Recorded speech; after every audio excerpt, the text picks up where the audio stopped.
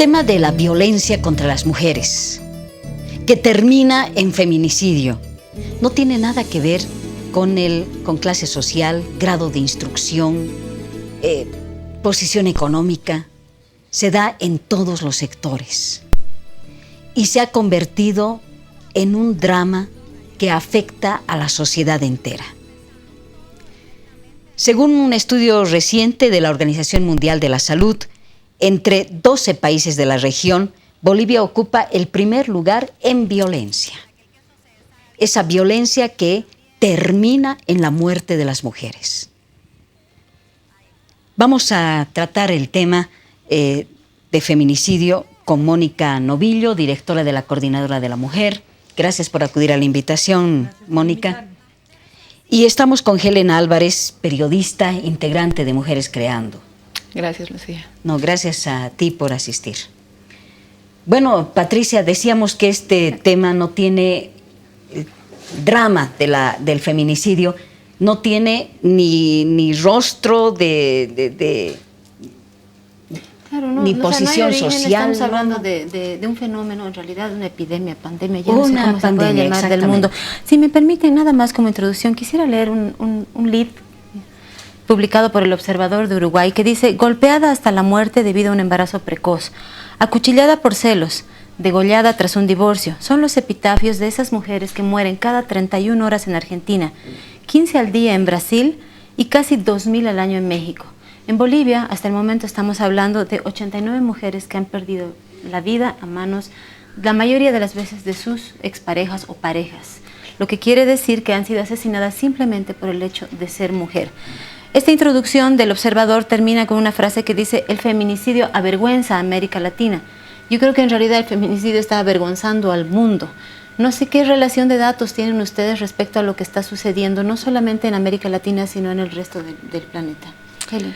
Bueno, yo creo que se queda un poco corta esa conclusión de este lead, porque el feminicidio debería avergonzarnos como humanidad, no solamente como mundo, debería avergonzarnos como sociedad, porque el feminicidio es pues una masacre contra la libertad de las mujeres, es una masacre contra las decisiones de las mujeres, es una manera de mandar un mensaje de disciplinamiento al conjunto de las mujeres, porque no es que solamente se mata a una mujer. Se mata a una mujer, se le priva del derecho a la vida, pero ese mensaje llega al conjunto de las mujeres. ¿Quién va a ser la próxima? Ninguna de nosotras estamos a salvo, ni jóvenes, ni viejas, ni niñas, ni activistas, ni personas que nunca se han sensibilizado por esta temática. Entonces nadie está a salvo. La cifra que tú has mencionado creo que ha sido hasta antes de 3 o 4 feminicidios que se han cometido, porque ya en lo que va del año son más de 90 casos de feminicidio que han ocurrido.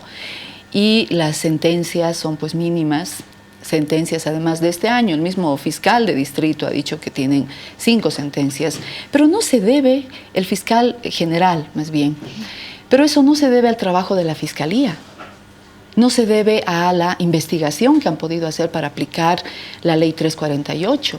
Esas 5 sentencias son de procesos abreviados en los que los feminicidas son confesos y rápidamente se les ha dado la sentencia a 30 años de cárcel sin derecho a indulto. Entonces a mí me parece que la Fiscalía maneja un doble discurso. Por un lado nos da una cifra exorbitante y como un gran logro habla de unas sentencias que no son su mérito. No son su mérito. Mónica, ¿por qué parece que no avanzamos en la lucha contra el feminicidio? Todavía no hemos asumido que el problema del feminicidio es una reacción del sistema patriarcal frente a los avances que estamos mostrando las mujeres. Mayor participación en algunos espacios, acceso a educación, nuestra permanencia en el espacio público, no solamente en el espacio de la educación, hemos logrado también estar en presencia en espacios políticos, todo esto cuestionable porque tenemos serias limitaciones y restricciones todavía para ejercer plenamente nuestros derechos. Sin embargo, estas son transformaciones que estamos viendo en este proceso y concuerdo plenamente en lo que dice Helen en sentido de que hay un mensaje del sistema patriarcal. La violencia es un mecanismo de disciplinamiento y domesticación de las mujeres en el que se nos dice: ustedes están transgrediendo las normas de este sistema, entonces vuelvan a su sitio. Y la violencia es lamentablemente la forma más cruel en la que se nos domestica y se nos disciplina. Disciplinamos a quien transgrede las normas, disciplinamos a quien está de alguna manera cuestionando el sistema, ¿no? Pero también a quien no merece, o más bien se considera como menor, como subordinado, y que debe obedecer a quien manda. Entonces el sistema nos está mandando estas señales, y yo creo que tenemos que desarrollar también unos mecanismos para acompañar los procesos de transformación. Los datos es interesante ver la lectura de alguna gente, compañeras del movimiento feminista en la región, que nos preguntan: pero ¿cómo, por ejemplo, hay esta contradicción en que Bolivia es un país que ha logrado índices casi de paridad en los espacios de decisión, y sin embargo los índices de violencia sexual, violencia contra las mujeres y feminicidios son altísimos en relación a nuestra población? Entonces esta es la contradicción que estamos viviendo, no solamente en Bolivia, en la región, de que hemos logrado avances formales, normativos, pero no hemos logrado transformar el trasfondo, que es: la violencia es una expresión estructural de una sociedad que entiende que las mujeres ni siquiera somos seres humanos, ¿no? Hemos visto cómo inclusive nuestra sociedad reacciona mucho más fácilmente, se sensibiliza mucho más fácilmente contra la violencia a los animales. Sin embargo, esperamos que en algún momento también podamos mostrar esta sensibilidad frente a la violencia contra las mujeres. Una consulta para ambas. Tengo la sensación, puedo estar equivocada, y lo explicabas un poco, Mónica, a la par de los avances como que se exacerban más bien las diferencias, ¿no es cierto? ¿Qué pueden hacer los varones desde el lugar que ocupan en este momento para cambiar esto? O sea, en la discusión en las redacciones, por ejemplo, suele ser cuando estamos analizando un tema de estos, lo han dicho alguna vez, tristemente debo decirlo, a las mujeres les gusta que les peguen, ¿no?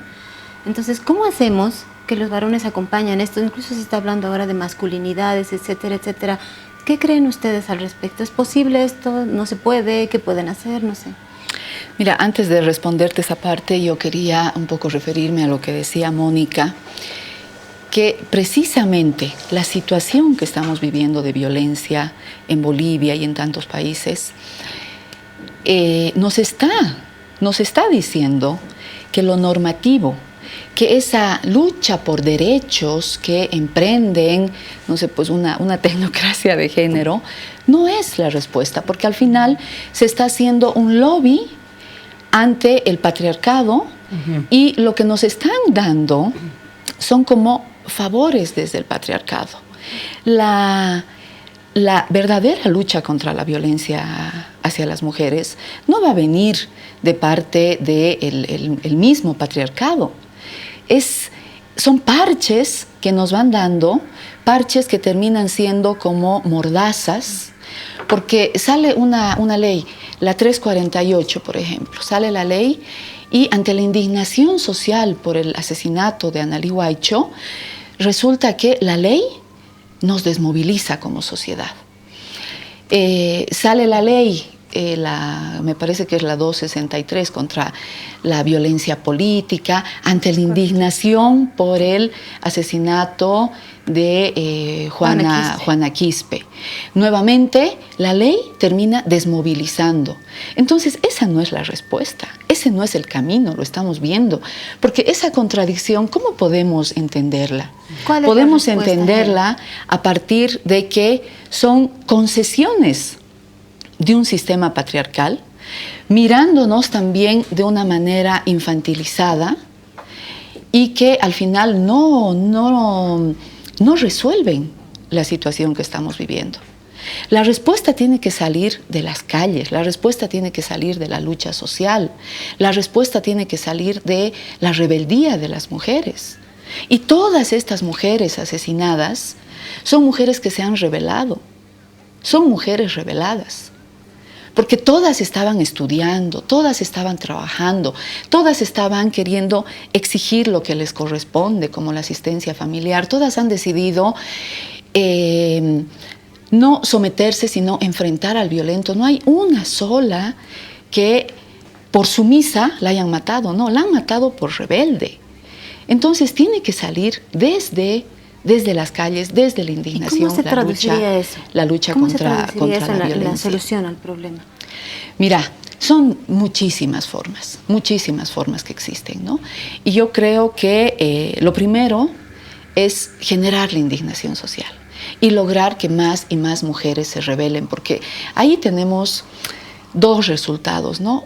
Primero, que los crímenes de nuestras hijas, de nuestras madres, no sean en vano, que sus muertes no sean en vano, que cada una de ellas nos mande y recibamos de ellas un mensaje de libertad, un mensaje de soberanía, un mensaje de rebeldía, que agarremos eso.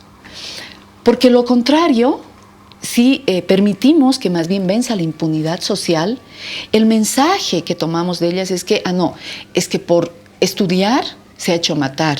Lo que tú decías, ¿no ve? Que hay gente que dice, es que les gusta que les peguen.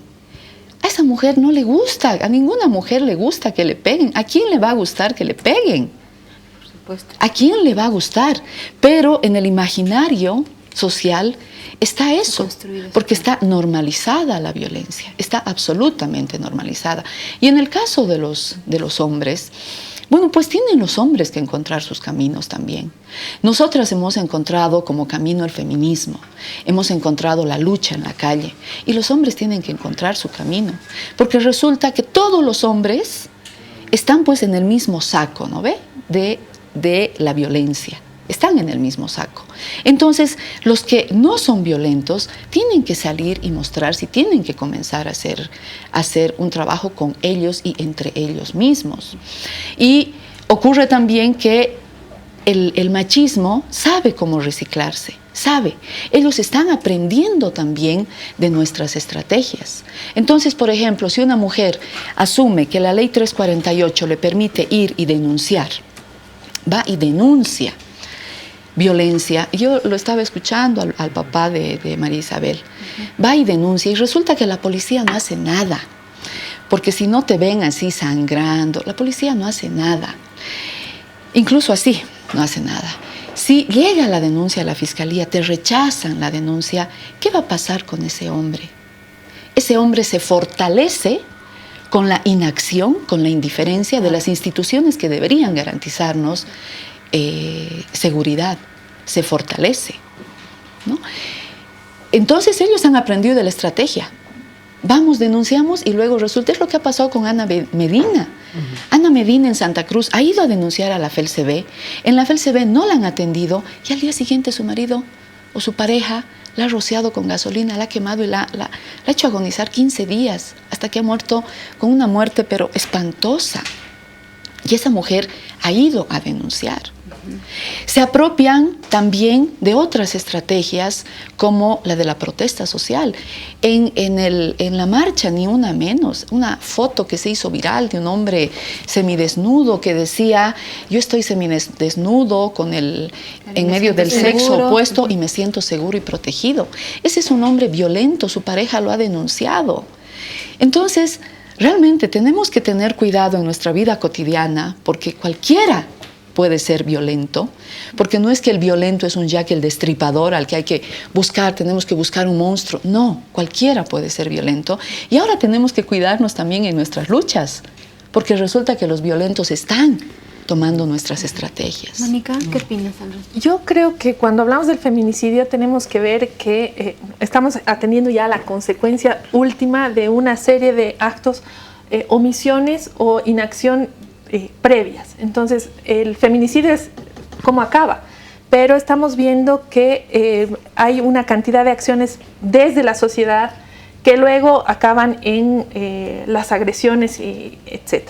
Entonces, toda esta parte de responsabilidad que también debemos asumir como parte de la responsabilidad social es cómo nosotras naturalizamos la violencia, la toleramos y todo desencadena una cantidad de acciones que acaban en el feminicidio y luego las consecuencias, la falta de acceso a la información cuando ya han llegado a denunciar, porque lo que estamos hablando de la inacción del Estado es cuando ya se han denunciado, cuando sabemos que el 70% de los casos de violencia contra las mujeres no llegan a denuncia. Entonces, si vemos la proporción que llegan a las instituciones estatales y que no reciben respuesta, además, entonces estamos viendo que hay toda una cantidad de acciones que no estamos haciendo. En términos de prevención, uno tiene que ver con las acciones que podemos hacer desde sociedad civil, pero también está el rol del Estado. El Estado tiene un rol que jugar en todo eso, que no es la misma que la sociedad civil, que no es la misma que tienen las propias ONGs que trabajan en los temas, que no es la misma que tiene la familia. Es decir, el Estado tiene responsabilidad frente a esto. Y es por eso que se demandan acciones al Estado que tienen que ver con voluntad política, porque eso es lo que estamos viendo. Si no hemos logrado transformar y sensibilizar a los tomadores y tomadoras de decisión sobre la magnitud y la prevalencia de la violencia, estamos viendo efectivamente que no importa que haya ley, no importa que el año siguiente se haya promulgado un decreto supremo para que orienten presupuestos, el siguiente año se ha ampliado el tiempo para que los gobiernos municipales y departamentales orienten sus gastos para infraestructura, servicios, etc. Estamos viendo que eso no cambia, a pesar de la normativa. Desobedecen la normativa de manera recurrente porque no lo consideran un tema importante. Entonces, mientras eso no se transforme, mientras nuestra propia sociedad tolere la violencia, porque dicen, bueno, aguanta nomás, es una mujer, para eso están ahí, tienen que aguantar, se han casado, han escogido su pareja probablemente mal, no sabían qué tipo de condiciones, seguimos aguantando. Toleramos. ¿Cuántas de nosotras en nuestra vida cotidiana conocemos a una persona agresiva que sabemos que es agresor y todavía nos sentamos a la mesa sin haberle dicho, yo sé que tienes un comportamiento equivocado? Entonces, todo esto acompaña a la naturalización, sumado a la forma en cómo los medios de comunicación asumen o trabajan la problemática de la violencia. Ver tantos números nos inmoviliza. Efectivamente, ver que tantas mujeres hay, la forma en cómo se titula, la adjetivación, el uso de la descripción, por ejemplo, de los hechos de violencia que alimentan el morbo de la gente que lo lee, o la forma en cómo se buscan justificativos, por celos, por el alcohol, porque la mujer estuvo a altas horas de la noche, etc. Hay una cantidad de elementos que tienen que ver con que, bueno, así es la vida de las mujeres. ¿Habrá que cambiar de estrategia? Yo creo que sí, y no estamos sabiendo llegar a ver cómo transformamos nuestra forma de ver las relaciones entre hombres y mujeres. Y efectivamente, probablemente los hombres tendrán que buscar una estrategia para sumarse a las iniciativas. La iniciativa Ni Una Menos está convocando a ciudadanos a sumarse y expresar el rechazo a una situación de violencia. Yo creo que en la medida en que mostramos que estamos rechazando un hecho que nos acompaña en nuestro cotidiano, es una forma de demandar mayor acción, pero también asumir responsabilidad, no solamente desde lo cotidiano y lo personal, sino también demandar una mayor responsabilidad de las instituciones. Y no estoy hablando solamente del Estado, ni de los niveles nacional, departamental, municipal, sino hablemos del sistema educativo, hablemos de los medios de comunicación. Todos debemos asumir una responsabilidad frente a esto. Esto es una pandemia. Y en algún momento se habla, me acuerdo alguna vez haber escuchado hablar de genocidio, porque es la cantidad de mujeres que están muriendo por el hecho de ser mujeres ya es alarmante. Y yo creo que hay que mostrar una señal de que esto no podemos tolerarlo más. Uno de los análisis que hacíamos previo al programa era que evidentemente hay causas culturales, patriarcales detrás de todo esto. Y un factor que nos llamó mucho la atención es también el económico, ¿no? No sé si me ayudan 2 segunditos con esta lectura. Hace 2 semanas publicábamos en El Financiero esta noticia. Años, la brecha salarial entre hombres y mujeres se amplió casi 7 veces debido a que el sector privado prefiere contratar hombres a los que paga mejor y debido a que el empleo de las mujeres se concentra en el rubro informal y a que ellas están en puestos de menor calificación. Para 2008, la diferencia entre el sueldo de un varón y de una mujer era de 60 bolivianos. Para 2015, la diferencia es de 410 bolivianos. O sea, estamos también ante un problema que nos está mostrando que pese a los avances y a la mayor llegada a espacios de decisión y qué sé yo, las diferencias en realidad se están acrecentando, solo hablando en términos económicos, ¿no? Por eso mismo planteaba que estos mismos resultados nos están mostrando que el camino no es el adecuado, que tenemos que definir nuestras propias estrategias, ¿no? Esto que acabas de mencionar es una más de las manifestaciones de violencia contra las mujeres que la vivimos cotidianamente, frente a lo cual, ¿cuál es la estrategia de las mujeres? Es tener sus propios emprendimientos, las cooperativas se han proliferado, cooperativas de mujeres, el comercio callejero está eminentemente ocupado por mujeres. Son las maneras, porque si nos planteamos el tener un trabajo asalariado, tenemos esas diferencias, ¿no? Aunque vamos a seguir en la precariedad y en la sobrevivencia, ¿no? Seguimos en la precariedad y en la sobrevivencia, eso es evidente, pero frente a esa forma de violencia, pues preferimos nuestra propia precariedad y explotación a esa otra que ya es institucionalizada y parte de la estructura. Entonces, son estrategias que vamos asumiendo las mujeres también, todos los días, permanentemente, ¿no? Y digamos que eso se puede demostrar, ¿no? Tenemos 17 tipos de violencia en la ley, 17 tipos de violencia en la 348, pero ¿cuántas efectivamente se están pudiendo aplicar? Esta de la violencia económica, ¿cuáles son los caminos? O sea, ahí solamente como letra en el papel está violencia económica. ¿Cómo podemos las mujeres que recibimos un salario menor al de los hombres que realizan el mismo trabajo denunciar? ¿Hay algún camino? No hay. No hay. La violencia mediática. ¿Hay algún camino para denunciar? No hay. ¿No? Entonces, tenemos 17 tipos de violencia y solamente unas cuantas se pueden en este momento utilizar para demostrar que las mujeres estamos viviendo violencia, ni siquiera la violencia psicológica, porque es una violencia que no te deja señales en el cuerpo. Quienes tienen que hacer la valoración están atravesados por estereotipos, están atravesados por prejuicios, pese a que la Fiscalía General ha sacado un manual de investigaciones para los casos de feminicidio y ahí establecen bien claramente que las investigaciones no pueden estar atravesadas por prejuicios que son pues desventajosos para las mujeres. La víctima, claro. Entonces, para la víctima y para el conjunto de las mujeres, ¿no? Porque en realidad hay una víctima concreta de feminicidio, pero hay otras víctimas ahí, los hijos y las hijas. Son las víctimas directas del feminicidio. ¿Cuántos niños y niñas están siendo en este momento protagonistas de la defensa, de la memoria de sus mamás, de su pedido de justicia directamente ante los tribunales? Son más de 300 casos de feminicidio. ¿Cuántos niños y niñas huérfanas? Una sola, mi nieta. Pese a que mediáticamente inclusive, y ahí es bueno agarrar este punto, mediáticamente en los medios, en La Razón, salió la nota de que la querella de la hija de Andrea no tiene asidero legal. Entonces estamos haciendo un periodismo de declaraciones, un periodismo que no está contribuyendo a la lucha contra la violencia hacia las mujeres, un periodismo que nos está condenando a las mujeres y que nos está criminalizando y está deslindando responsabilidades de los agresores. Entonces, es un tema muy, muy complejo que tenemos que abordarlo de diferente manera. La Razón también publicó el anterior domingo que ONU Mujeres pide alerta roja.